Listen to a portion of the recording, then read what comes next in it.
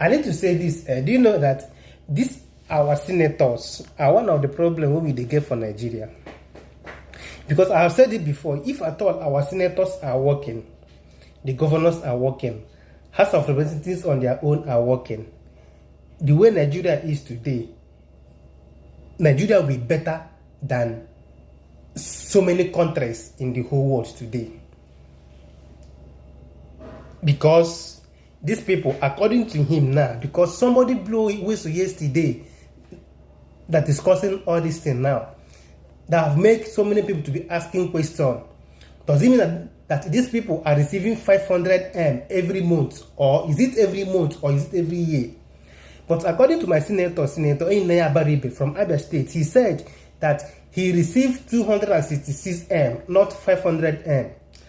But my question is, what are they really doing with this money they receive from the Senate as a senator to your constituency? What are they really doing with it? Because if at all they use their own money to work in their constituency, the governors are working in their own parts, the House of Representatives are doing their own, our country no go dey the way in day to day. Things for don't change. But the thing be say, all these people are not doing anything. They are doing nothing. Some of them have been in that Senate for more than 12 years. So some of them have been there. But go to their constituency. You see that there are so many roads there. There are so many roads that need attention. Some communities in their constituency don't have lights. There's no common pipe-borne water in their constituency. Then what have they been doing with those money all this while? Because I know even if it's per year, they always receive the money every year. Even if it's per month, they receive the month every. What are they doing with it? According to the whistleblower, we blow the whistle, he also came to the interview and cleared his own part. According to him, he said that the mic went off. That was why. That was the reason we heard only the part where he said that some high-ranking senators receive 500 million. So now he have to clarify himself in this interview. Try to watch the video to the end. You get the point. I remain my humble self. We move. Called some of the innermost secrets of the Senate, throwing light on some possible disparities. Like you just heard, he said some senatorial districts have over 100 billion. His has 2 billion. I could hear someone in the background saying some districts have less than 1 billion. He was talking about take-home pay of principal officers, cars, aid. Some things were repeated in the budget. How does the Senate address some of these disparities to ensure equitable treatment in constituencies, or do you agree with some of his submissions? Well, it's as clear as crystals that there has never been a time that we had equitable distribution of resources or values to the constituencies across the country. It has never happened. So what's happening now is not novel. And that's why I stated on the floor of the Senate today, unequivocally, that while Senator Ningi raised the issue of some senators having 100 billion, 50 billion, and all of that in the budget, I also have it on good authority that while I have just my constituency provision, some senators were given projects worth 500 million in their budgetary provisions of their senatorial districts. Not that senators were given 500 million naira each, as some people are saying, speculated. It's good to clarify that. Yes, being speculated. The mic went off when I was still speaking and I had not made my point. Your mic will not go off here. So, the truth about it is that some of them had more money, more funding in their senatorial districts, and some of us had less. And how so there was no need for us, who are also encumbered, to go to the press to make statements that are unfounded. And why do you think there's no need for that? Clearly, you had an issue with it because you said, if we want to express our grouse, I also have mine. So clearly, you had an issue with that. And so how are these sort of allocations determined? And is there like an oversight mechanism to determine, okay, this constituency or this district requires 100 billion and then this one requires 1 billion? So what was that grouse that you meant? What did you mean in by Parliament, that? people lobby. Okay. And what I was trying to state was that if I want to go to equity, I should go with clean hands. For the Northern senators that decided to investigate the budget and even got a consultant to look at it,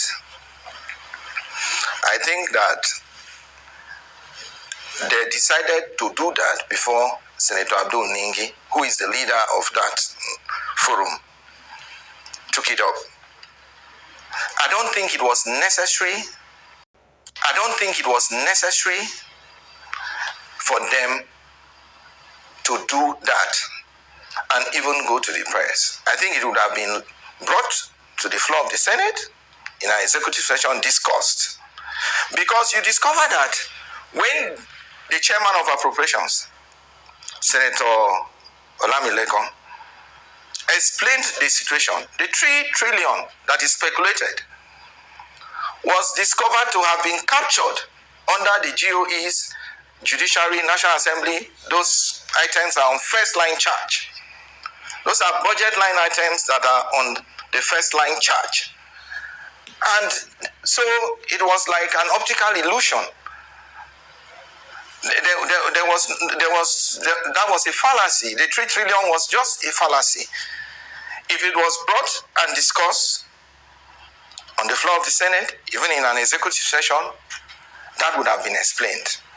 So there was no need going to press with that story. I think that was trashed today on the floor of the Senate. And we came to terms with the fact that there was no padding of the budget by the Senate or by the Senate President, as they earlier stated. And I want to clear the air on an issue. The Senate President, as a person, is not an author of the budget, does not prepare the budget. The budget is presented by the executive as a proposal. The budget is prepared by the National Assembly. That includes the Senate and the House of Reps. So the emphasis on the Senate President is not, and that's why I said, if there were shortcomings in the budget, then we are all culpable. It is collective responsibility.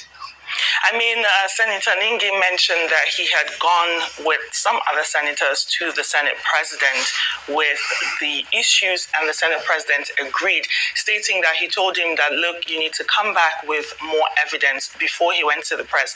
And now I'd like to talk about what you said about what Senator Adiola Olamikwekun explained, talking about the first line charges. You have INEC, UBEC, TED-Fund, NDDC, and all that, and how that's where that 3.22 trillion he said was captured. Shouldn't there be a move towards more transparency when it comes to allocation of funds? Because clearly this is causing an issue. This senator says, I don't understand where 3.7 trillion naira is. So clearly there's an issue with transparency, or how people understand and interpret the data that's captured in the budget or the process. Because all the senators are involved in that process. Everyone is supposed to understand where this fund's going. So shouldn't there be more to be done to increase transparency so that everyone is on the same page and we don't have issues like this? Well, just like I stated before, if it was brought up on the floor of the Senate, even in an executive session, the explanation that was given today by Senator Olamilekan, the chairman of the Senate Committee on Appropriations, would have availed us an opportunity to understand, for those who did not understand where the 3 trillion was. So you think that's sufficient enough for everyone to put this to rest? Because look, I understand that the Senate, today what happened on the floor of the Senate, all the drama, all the controversy, you had senators really, really emphasizing strongly on protecting the integrity of the Senate. Now, given how this was handled, I mean, Senator Ningi has now been suspended. Given how this was handled and everything that was trashed in the Senate, do you think the Senate, which you belong to, achieved that goal of protecting their integrity? Or do you think that the Senate already even had that integrity to protect? Well, we are not infallible. We are humans. The Senate is an institution. And like I stated earlier, we must protect the sanctity and the integrity of the Senate. And that is why it wasn't necessary to go to press. Okay, you keep talking about the fact that going to press, we understand that. Yes, going to press, there's no problem with going to the press. But when you go to press with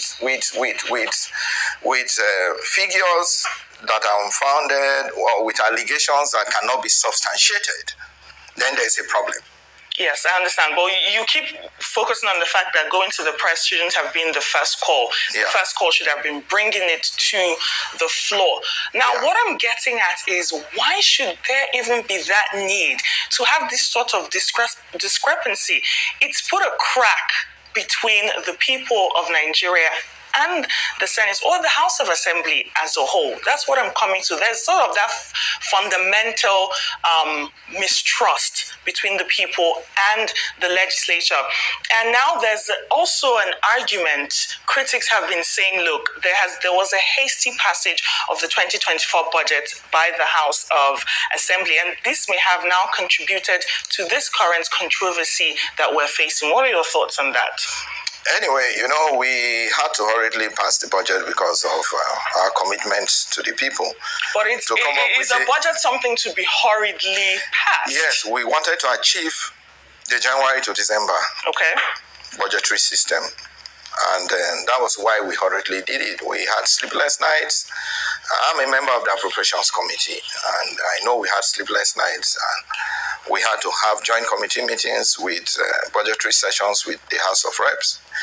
And it was the first time it was happening. And I will employ the executive to always bring the budget early enough so we can do our work in record time. And how do you assess that budgetary process that you say you are part of appropriations? How do you assess that process, and what can be done better?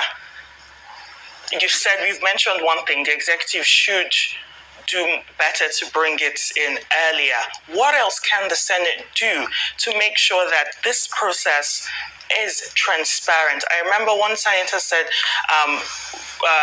in order to improve transparency, maybe we should stop having these closed-door meetings. That's one part. What else can be done? Because we've now moved past this whole, Senator Ningi said, 3.7 trillion, it's not captured, there's no nexus, there are no projects allocated to it, no location. We're now talking about the bigger picture, because this is not the first time that the budget is being having this sort of controversy. Well, we can only do better. We can only do better. The next budget, if it's brought early enough, we'll not be in a hurry. We'll look at these issues, and then we'll have budget debates. We'll also have public hearings, and then we'll come up with a document that Nigerians will appreciate.